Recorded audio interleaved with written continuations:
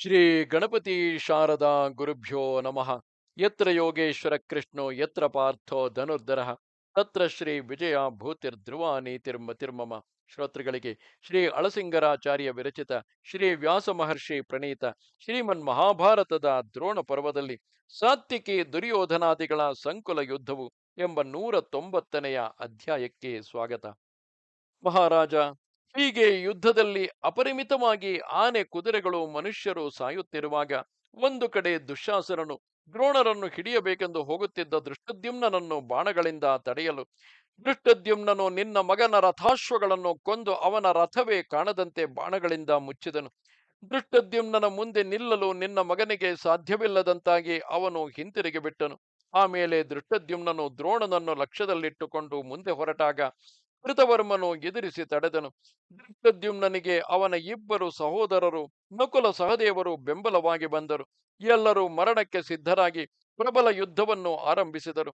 ಒಬ್ಬೊಬ್ಬರು ಮನೋವಾಕ್ಕಾಯಗಳಲ್ಲಿ ನಿಷ್ಕಲ್ಮಷರಾಗಿ ವೀರ ಸ್ವರ್ಗವನ್ನೇ ಧ್ಯೇಯವಾಗಿಟ್ಟುಕೊಂಡು ಪರಸ್ಪರ ಜಯಾಕಾಂಕ್ಷೆಯಿಂದ ಸಜ್ಜನ ಸಮ್ಮತವಾದ ಯುದ್ಧ ಧರ್ಮವನ್ನು ಹಿಡಿದೇ ಹೋರಾಡಿದರು. ಎಲ್ಲರೂ ಶುದ್ಧ ವಂಶೀಯರು, ಶುದ್ಧವಾದ ಆಚರಣೆಯುಳ್ಳವರು, ಧೀಮಂತರು. ಆದುದರಿಂದ ಅವರ ಯುದ್ಧದಲ್ಲಿ ಧರ್ಮ ವಿರುದ್ಧವಾದ ಅಥವಾ ನಿಂದಾಸ್ಪದವಾದ ಯಾವ ಕಾರ್ಯವಾದರೂ ನಡೆಯಲಿಲ್ಲ. ಆಗಿನ ಅವರ ಯುದ್ಧದಲ್ಲಿ ಹಿಂದಕ್ಕೆ ಬಾಗಿದ 2 ಮುಳ್ಳುಗಳುಳ್ಳ ಕರ್ಣಿ ಎಂಬ ಬಾಣವಾಗಲಿ, ದೇಹದಿಂದ ಕೀಳುವುದಕ್ಕಾಗದ ನಾಳೀಕವೆಂಬ ಸಣ್ಣ ಬಾಣವಾಗಲಿ, ವಿಷದಿಗ್ಧವಾದ ಬಾಣವಾಗಲಿ, ಹಲಗೆಗೂ ಹಿಡಿಗೂ ದೃಢವಾದ ಬೆಸಿಗೆ ಇಲ್ಲದ ಕೀಳುವಾಗ ಹಿಡಿಯು ಮಾತ್ರ ಬಂದು ಅಲಗು ದೇಹದಲ್ಲಿಯೇ ನಾಟಿ ನಿಲ್ಲತಕ್ಕ ವಸ್ತಿಕವೆಂಬ ಬಾಣವಾಗಲಿ ಉಪಯೋಗಿಸಲ್ಪಡುತ್ತಿರಲಿಲ್ಲ. ಸೂಚಿ, ಪಿಶ, ದನದ ಕೊಂಬಿನಿಂದಲೂ ಆನೆಯ ಎಲುಬಿನಿಂದಲೂ ಮಾಡಿದ ಆಯುಧ, ಚೂಳಿ, ಬಲಿಷ, ಯಮಿ, ಪಾಚಕ ಮುಂತಾದ ಹಿಂಸಾಕರ ಬಾಣಗಳಾವುವು ಇರಲಿಲ್ಲ. ತೆಕ್ಕೆಯ ಬಾಣಗಳು, ದುರ್ಗಂಧವನ್ನು ಲೇಪಿಸಿದ ಬಾಣಗಳು, ವಕ್ರವಾಗಿ ನಾಟುವ ಬಾಣಗಳು ಇವು ಪ್ರಯೋಗಿಸಲ್ಪಡುತ್ತಿರಲಿಲ್ಲ. ಶುದ್ಧವಾಗಿಯೂ ರುಜುವಾಗಿಯೂ ಇರುವ ಬಾಣಗಳನ್ನೇ ಇಟ್ಟುಕೊಂಡು ಸದ್ಗತಿಯಲ್ಲಿಯೂ ಕೀರ್ತಿಯಲ್ಲಿಯೂ ಆಶೆಯುಳ್ಳವರಾಗಿ ನಿರ್ದುಷ್ಟವಾದ ಯುದ್ಧವನ್ನು ಮಾಡುತ್ತಿದ್ದರು. 4 ಕೌರವ ಯೋಧರು ಸೇರಿ ಪಾಂಡವರಲ್ಲಿ 3 ಮಂದಿಯೊಡನೆ ಹೀಗೆ ಧರ್ಮಯುದ್ಧ ಮಾಡುತ್ತಿದ್ದಾಗ ದೃಷ್ಟದ್ಯುಮ್ನನು ನಕುಲ ಸಹದೇವರನ್ನು ಅಲ್ಲಿ ಬಿಟ್ಟು ತಾನೊಬ್ಬನೇ ದ್ರೋಣನನ್ನು ಎದುರಿಸುವುದಕ್ಕಾಗಿ ಹೊರಟನು. ನಿನ್ನ ಕಡೆಯ 4 ಮಂದಿ ಯೋಧರು ನಕುಲ ಸಹದೇವರಿಂದ ನಿವಾರಿತರಾಗಿ ಪರ್ವತಗಳಿಗೆ ಎದಿರಾದ ಬಿರುಗಾಳಿಯಂತೆ ತಡೆಯಲ್ಪಟ್ಟರು. ನಕುಲ ಸಹದೇವರಲ್ಲಿ ಒಬ್ಬೊಬ್ಬನು ನಿನ್ನ ಕಡೆಯ 4ರಲ್ಲಿ ಇಬ್ಬಿಬ್ಬರನ್ನು ಎದುರಿಸಿ ತಡೆದು ನಿಲ್ಲಿಸಿದನು. ದೃಷ್ಟದ್ಯುಮ್ನನು ದ್ರೋಣನಿಗೆ ಎದುರಾಗುತ್ತಿರುವುದನ್ನು ನಕುಲ ಸಹದೇವರು ತಮ್ಮವರನ್ನು ತಡೆದು ನಿಲ್ಲಿಸಿದುದನ್ನು ನೋಡಿ ದುರ್ಯೋಧನನು ತೀವ್ರ ಬಾಣಗಳನ್ನು ಬಿಡುತ್ತಾ ಅವರನ್ನು ತಡೆಯುತ್ತಿದ್ದನು. ಆಗ ಸಾತ್ವಿಕೆಯು ಬಂದು ದುರ್ಯೋಧನನನ್ನು ಎದುರಿಸಿ ನಿಂತನು. ಅವರಿಬ್ಬರು ಬಾಲ್ಯ ಸ್ನೇಹಿತರು. ತಾವು ಬಾಲ್ಯದಲ್ಲಿ ನಡೆಸಿದ ಕಾರ್ಯಗಳನ್ನು ನೆನೆಸಿಕೊಂಡು ಒಬ್ಬರನ್ನೊಬ್ಬರು ನೋಡಿ ನಗುತ್ತಲೇ ಯುದ್ಧವನ್ನಾರಂಭಿಸಿದರು. ಆಗ ನಿನ್ನ ಮಗನು ಸಾತ್ವಿಕೆಯ ವಿಷಯದಲ್ಲಿ ತನ್ನ ಕಾರ್ಯಕ್ಕಾಗಿ ತನ್ನನ್ನೇ ನಿಂದಿಸಿಕೊಳ್ಳುತ್ತಾ ಹೀಗೆಂದನು: ಮಿತ್ರ ಸಾತ್ವಿಕಿ, ಈಗ ನಮ್ಮನ್ನು ಈ ಕಾರ್ಯಕ್ಕೆ ಪ್ರೇರಿಸಿದ ಈ ನಮ್ಮ ಕ್ರೋಧ ಲೋಭಗಳನ್ನು, ಮೋಹ ಮತ್ಸರಗಳನ್ನು ಸುಡಬೇಕಲ್ಲವೇ? ಮೊತ್ತಕ್ಕೆ ನಮ್ಮ ಕ್ಷತ್ರಿಯ ಧರ್ಮವನ್ನೇ ಸುಡಬೇಕು. ನಮ್ಮ ದೇಹ ಬಲಕ್ಕೂ ಧಿಕ್ಕಾರವಿರಲಿ. ಓ ಸಾತ್ವಿಕಿ, ಅಷ್ಟು ಪ್ರಿಯ ಸ್ನೇಹಿತರಾಗಿದ್ದ ನಾವು ಆ ಸ್ನೇಹವನ್ನೆಲ್ಲ ಮರೆತು ಈಗ ನೀನು ನನ್ನನ್ನು, ನಾನು ನಿನ್ನನ್ನು ಕೊಲ್ಲಬೇಕೆಂದು ಯುದ್ಧಕ್ಕೆ ನಿಂತಿರುವೆವು. ನೀನು ನನಗೆ ಪ್ರಾಣಕ್ಕಿಂತಲೂ ಪ್ರಿಯತಮನು, ನಾನು ನಿನಗೆ ಹಾಗೆಯೇ. ನಾನು ನೀನು ಸೇರಿ ಬಾಲ್ಯದಲ್ಲಿ ನಡೆಸಿದ ಆಟಪಾಠಗಳೆಲ್ಲ ಇನ್ನೂ ನನ್ನ ನೆನಪಿಗೆ ಬರುತ್ತಿವೆ. ಆದರೇನು, ಈ ಯುದ್ಧರಂಗದಲ್ಲಿ ಅವೆಲ್ಲವೂ ಎಲ್ಲಿಯೋ ಜೀರ್ಣವಾಗಿ ಹೋದವು. ಮನುಷ್ಯನಲ್ಲಿ ಕ್ರೋಧ ಲೋಭಗಳ ಫಲವೇ ಇದು ಎಂದನು.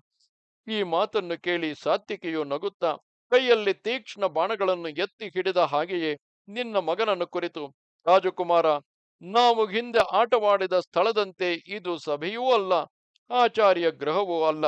ಅದೆಲ್ಲವೂ ಆ ಕಾಲಕ್ಕೆ ಮುಗಿಯಿತು. ನಾವು ಆಗ ಆಟವಾಡಿದುದು ವಾಸ್ತವವೇ. ಈಗಿನ ಸ್ಥಿತಿಯು ಅದಲ್ಲ ಎಂದನು. ಅದಕ್ಕೆ ದುರ್ಯೋಧನನು: ಓ ಸಾತ್ವಿಕಿ, ನಾವು ಬಾಲ್ಯದಲ್ಲಿ ನಡೆಸಿದ ಆ ವಿನೋದ ಕ್ರೀಡೆಗಳಲ್ಲಿ ಈಗಿನ ಈ ಕ್ರೂರ ಯುದ್ಧವೆಲ್ಲಿ? ಕಾಲವೆಂಬುದು ಎಂಥವರಿಗೂ ದುರತಿಕ್ರಮವು. ಪರಮ ಮಿತ್ರರಲ್ಲಿ ಮಹಾದ್ವೇಷವನ್ನು ತಂದೊಡ್ಡತಕ್ಕ ಧನಲೋಭದಿಂದಲ್ಲವೇ ಹೀಗೆ ನಾವು ಒಬ್ಬರಿಗೊಬ್ಬರು ಹೊಡೆದಾಡಿ ಸಾಯಬೇಕಾಗಿರುವುದು ಎಂದನು. ತಿರುಗಿ ಸಾತ್ವಿಕೆಯು: ದುರ್ಯೋಧನ, ಕ್ಷತ್ರಿಯ ವ್ಯಾಪಾರವೇ ಇದು. ಕ್ಷತ್ರಿಯರು ಗುರುಗಳನ್ನಾದರೂ ಯುದ್ಧದಲ್ಲಿ ಎದುರಿಸಲೇಬೇಕು. ನಿನಗೆ ನಾನು ನಿಜವಾದ ಪ್ರಿಯಮಿತ್ರನಾಗಿದ್ದ ಪಕ್ಷದಲ್ಲಿ ನೀನು ವಿಳಂಬ ಮಾಡದೆ ಈಗಲೇ ನನ್ನನ್ನು ವಧಿಸಿಬಿಡು. ನಿನ್ನಿಂದ ನನಗೆ ಪುಣ್ಯ ಲೋಕಗಳಾದರೂ ಲಭಿಸಲಿ. ನಿನ್ನ ಶಕ್ತಿ ಎಷ್ಟೋ ಅದನ್ನೆಲ್ಲ ಈಗಲೇ ನನ್ನಲ್ಲಿ ತೋರಿಸು. ಇನ್ನು ಮುಂದೆಯಾದರೂ ಈ ಯುದ್ಧದಲ್ಲಿ ನನ್ನ ಬಂಧು ಮಿತ್ರರಿಗೆ ಉಂಟಾಗತಕ್ಕ ಮಹತ್ತಾದ ವ್ಯಸನವನ್ನು ನಾನು ನೋಡದಂತೆ ಮಾಡು. ಅದು ನನಗೆ ಸಮ್ಮತವಿಲ್ಲ ಎಂದನು. ಹೀಗೆಂದು ಸಾತ್ವಿಕೆಯು ಪ್ರತ್ಯುತ್ತರವನ್ನು ಹೇಳಿ ದಯಾ ದಾಕ್ಷಿಣ್ಯಗಳನ್ನು ತೊರೆದು ಯುದ್ಧದಲ್ಲಿ ತೊಡಗಿದನು. ನಿನ್ನ ಮಗನು ಬಾಣಗಳನ್ನು ಬಿಟ್ಟನು. ಗಜ ಸಿಂಹಗಳ ಯುದ್ಧದಂತೆ ಅವರಿಬ್ಬರಿಗೂ ಘೋರ ಯುದ್ಧವು ನಡೆಯಿತು. ದುರ್ಯೋಧನನು 10 ಬಾಣಗಳನ್ನು ಆಕರ್ಣಾಂತವಾಗಿ ಎಸೆದು ಸಾತ್ವಿಕೆಯ ಮೇಲೆ ಪ್ರಯೋಗಿಸಿದನು. ಸಾತ್ವಿಕೆಯು ತನ್ನ ಬಾಣಗಳಿಂದ ಆ ದುರ್ಯೋಧನನ ಬಾಣಗಳನ್ನೆಲ್ಲ ಭಂಗಿಸಿ ಮೇಲೆ ಮೇಲೆ 50, 30, 10 ಹೀಗೆ ಬಾಣಗಳನ್ನು ಬಿಟ್ಟನು. ನಿನ್ನ ಮಗನು ಹಸನ್ಮುಖನಾಗಿಯೇ 30 ಬಾಣಗಳಿಂದ ಸಾತ್ವಿಕೆಯ ಬಾಣಗಳನ್ನೆಲ್ಲ ಭಂಗಿಸಿ ಒಂದು ಕ್ಷುರಪ್ರದಿಂದ ಸಾತ್ವಿಕೆಯ ಕೈಯಲ್ಲಿ ಬಾಣ ಸಹಿತವಾಗಿದ್ದ ಬಿಲ್ಲನ್ನು 2 ತುಂಡಾಗಿ ಕಡಿದನು. ಒಡನೆ ಸಾತ್ವಿಕೆಯು ಬೇರೊಂದು ಬಿಲ್ಲನ್ನು ಕೈಗೆತ್ತಿಕೊಂಡು ತನ್ನ ಹಸ್ತವೇಗವನ್ನೆಲ್ಲ ತೋರಿಸಿ ನಿನ್ನ ಮಗನ ಮೇಲೆ ಬಾಣ ಪರಂಪರೆಗಳನ್ನು ಕರೆದನು. ಅವನ್ನೆಲ್ಲ ದುರ್ಯೋಧನನು ತನ್ನ ಬಾಣಗಳಿಂದ ತುಂಡು ಮಾಡಿದನು. ಜನರೆಲ್ಲರೂ ಇದನ್ನು ನೋಡಿ ಆಶ್ಚರ್ಯದಿಂದ ಕೂಗುತ್ತಿದ್ದರು. ತಿರುಗಿ ನಿನ್ನ ಮಗನು ಎಡಬಿಡದೆ 23 ತೀಕ್ಷ್ಣ ಬಾಣಗಳನ್ನು ಬಿಟ್ಟು ಸಾತ್ವಿಕೆಯನ್ನು ಬಲವಾಗಿ ನೋಯಿಸಿದನು. ಇಷ್ಟರಲ್ಲಿಯೇ ಸಾತ್ವಿಕೆಯು ನಿನ್ನ ಮಗನ ಕೈಯಲ್ಲಿದ್ದ ಬಿಲ್ಲನ್ನು ಕತ್ತರಿಸಿ ಅವನನ್ನು ನೋಯಿಸಲು ನಿನ್ನ ಮಗನು ಬಹಳವಾಗಿ ನೊಂದು ಬೇರೆ ರಥವನ್ನೇರಿ ವಿಮುಖನಾದನು. ಆದರೆ ಸ್ವಲ್ಪ ಹೊತ್ತಿನಲ್ಲಿಯೇ ತಿರುಗಿ ಚೇತರಿಸಿಕೊಂಡು ಬಾಣಗಳನ್ನು ಬಿಡುತ್ತಾ ತಿರುಗಿ ಸಾತ್ವಿಕೆಗೆ ಎದುರಾದನು. ಸಾತ್ವಿಕೆಯು ಪ್ರತಿಯಾಗಿ ನಿನ್ನ ಮಗನ ರಥಕ್ಕೆ ಗುರಿಯಿಟ್ಟು ಬಾಣಗಳನ್ನು ಹೊಡೆದನು. ಒಣಗಿದ ಪೊದೆಯಲ್ಲಿ ಹತ್ತಿಕೊಂಡ ಬೆಂಕಿಯ ಚಟಚಟಾತ್ಕಾರದಂತೆ ಅವರಿಬ್ಬರ ಬಾಣಪಾತ ಧ್ವನಿಯು ಅತಿ ಪ್ರಬಲವಾಗಿ ಕೇಳಿಸುತ್ತಿತ್ತು. ಅವರಿಬ್ಬರ ಬಾಣಗಳಿಂದ ಭೂಮ್ಯಾಕಾಶಗಳೆಲ್ಲ ಮರೆಸಿ ಹೋದವು. ಆಗಿನ ಯುದ್ಧದಲ್ಲಿ ಸಾತ್ವಿಕೆಯ ಕೈ ಮೇಲಾಗುತ್ತಿರುವುದನ್ನು ನೋಡಿ ಕರ್ಣನು ನಿನ್ನ ಮಗನ ಸಹಾಯಾರ್ಥವಾಗಿ ಬಂದನು. ಇದನ್ನು ನೋಡಿ ಭೀಮಸೇನನು ಸಾತ್ವಿಕೆಗೆ ಬೆಂಬಲವಾಗಿ ಬಂದು ಕರ್ಣನನ್ನು ಎದುರಿಸಿದನು. ಒಡನೆ ಕರ್ಣನು ನಗುಮುಖದಿಂದಲೇ ಭೀಮನ ಕೈಯಲ್ಲಿದ್ದ ಧನುರ್ಬಾಣಗಳೆರಡನ್ನು ಕತ್ತರಿಸಿ ಅವನ ಸಾರಥಿಯನ್ನು ಬಲವಾಗಿ ನೋಯಿಸಿದನು. ಇದರಿಂದ ಭೀಮನು ಕುಪಿತನಾಗಿ ತನ್ನ ಗದೆಯನ್ನೆತ್ತಿ ಕರ್ಣನ ಧ್ವಜವನ್ನು, ಬಿಲ್ಲನ್ನು, ಸಾರಥಿಯನ್ನು, ರಥಚಕ್ರವನ್ನು ಮುರಿದು ಕೆಡಹಿದನು. ತನ್ನ ರಥದ ಒಂದು ಚಕ್ರವು ಮುರಿದು ಹೋದರೂ ಕರ್ಣನು ನಿಶ್ಚಲನಾಗಿ ಅದೇ ರಥದಲ್ಲಿ ಕುಳಿತಿದ್ದನು. ಸೂರ್ಯನ ಒಂದೇ ಚಕ್ರದ ರಥವನ್ನು ಅವನ 7 ಕುದುರೆಗಳು ಎಳೆಯುವಂತೆ ಕರ್ಣನ ಕುದುರೆಗಳು ಆ ಒಂದು ಚಕ್ರದ ರಥವನ್ನೇ ಎಳೆದುಕೊಂಡು ಸಂಚರಿಸುತ್ತಿದ್ದವು. ಭೀಮನ ಈ ಕಾರ್ಯವನ್ನು ನೋಡಿ ಸಹಿಸದೆ ಕರ್ಣನು ಭೀಮನ ಮೇಲೆ ವಿವಿಧ ಬಾಣಗಳನ್ನು, ಶಸ್ತ್ರಗಳನ್ನು ಪ್ರಯೋಗಿಸಿದನು. ಭೀಮನು ಕರ್ಣನನ್ನು ಎದುರಿಸುತ್ತಿದ್ದನು. ಇದನ್ನು ನೋಡಿ ಧರ್ಮರಾಜನು ತನ್ನ ಸಮೀಪದಲ್ಲಿದ್ದ ಪಾಂಚಾಲ ಮಾತ್ಸ್ಯ ಪ್ರಮುಖರನ್ನು ನೋಡಿ, ಎಲೈ, ಈಗಲೂ ನೀವು ಮಂಕು ಹಿಡಿದವರಂತೆ ಹೀಗೇಕೆ ಸುಮ್ಮನಿರುವಿರಿ? ನಮಗೆ ಪ್ರಾಣದಂತೆಯೋ ಶಿರಸ್ಸಿನಂತೆಯೋ ಇರತಕ್ಕ ನಮ್ಮ ಕಡೆಯ ಮಹಾರಥರು, ನಮ್ಮ ಯೋಧರು ಅದು ಅಲ್ಲಿ ಕೌರವರೊಡನೆ ಹೆಣಗಾಡುತ್ತಿರುವರು. ಈಗಲೇ ನೀವು ಅವರ ಸಹಾಯಕ್ಕೆ ಹೋಗಿರಿ. ನೀವೆಲ್ಲರೂ ಭೀತಿಯನ್ನು ಬಿಟ್ಟು ಕ್ಷತ್ರಿಯ ಧರ್ಮವನ್ನು ಹಿಡಿದು ಯುದ್ಧ ಮಾಡಿರಿ. ಯುದ್ಧದಲ್ಲಿ ಜಯಿಸಿದರೂ ಮರಣ ಹೊಂದಿದರೂ ನಿಮಗೆ ಉತ್ತಮ ಗತಿಯುಂಟು. ನೀವು ಜಯಿಸಿ ಬಂದರೆ ಭೂರಿ ದಕ್ಷಿಣೆಗಳುಳ್ಳ ಅನೇಕ ಯಜ್ಞಗಳಿಂದ ಪುಣ್ಯವನ್ನು ಸಂಪಾದಿಸಬಹುದು. ಅಥವಾ ನೀವು ಸತ್ತರೆ ದೇವತ್ವವನ್ನು ಹೊಂದಿ ಇನ್ನೂ ಮೇಲಾದ ಲೋಕಗಳನ್ನು ಪಡೆಯಬಹುದು ಎಂದನು. ಹೀಗೆ ಧರ್ಮರಾಜನಿಂದ ಪ್ರೇರಿತರಾದ ಮಹಾರಥರು ತಮ್ಮ ಸೈನ್ಯವನ್ನು 4 ಶಾಖೆಗಳಾಗಿ ವಿಭಾಗಿಸಿಕೊಂಡು ದ್ರೋಣನಿಗೆ ಎದುರಾಗಿ ಹೊರಟರು. ಒಂದು ಕಡೆಯಿಂದ ಪಾಂಚಾಲರು ಗುಂಪಾಗಿ ದ್ರೋಣನಿಗೆ ಎದುರಾದರು.